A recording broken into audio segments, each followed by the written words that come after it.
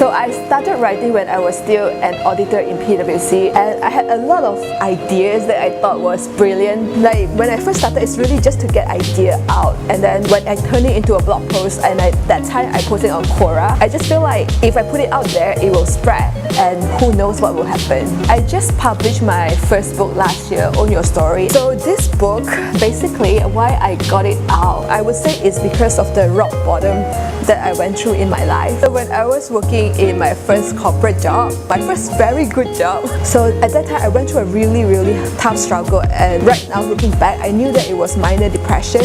But that time I didn't know, and I was struggling on my own, fighting so hard to get out of it. After going through that, I know so clearly that the story that my parents and everyone told me about study hard, which I did, get a good job, which I did, good life, all that things, it didn't work for me because I know that I wasn't happy doing what I do, and there was no joy in my life. One very important thing that we don't explore or we are not given a chance to look at is like, who are we and what are we good at?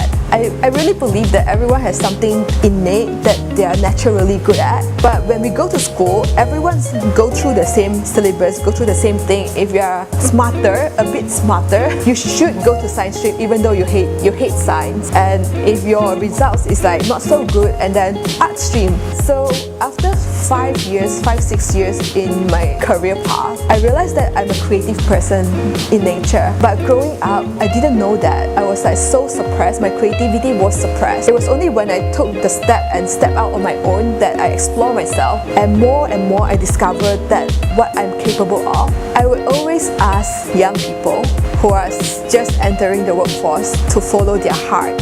I know there are a lot of advice against it. Don't follow your heart, follow what you're good at. But it works for me, so I speak for myself from my own point of view. Because if I don't follow my heart, and if I listen to people around me, I wouldn't have discovered so much about me, so much of the things that I could do even though without any qualification, without any training.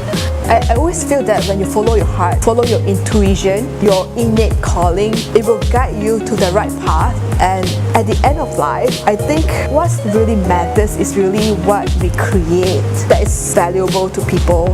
How have we helped people? So this book, Own Your Story, is basically me owning my story, and I hope that it inspires people, young people especially, to widen their perspective and explore the possibilities in life.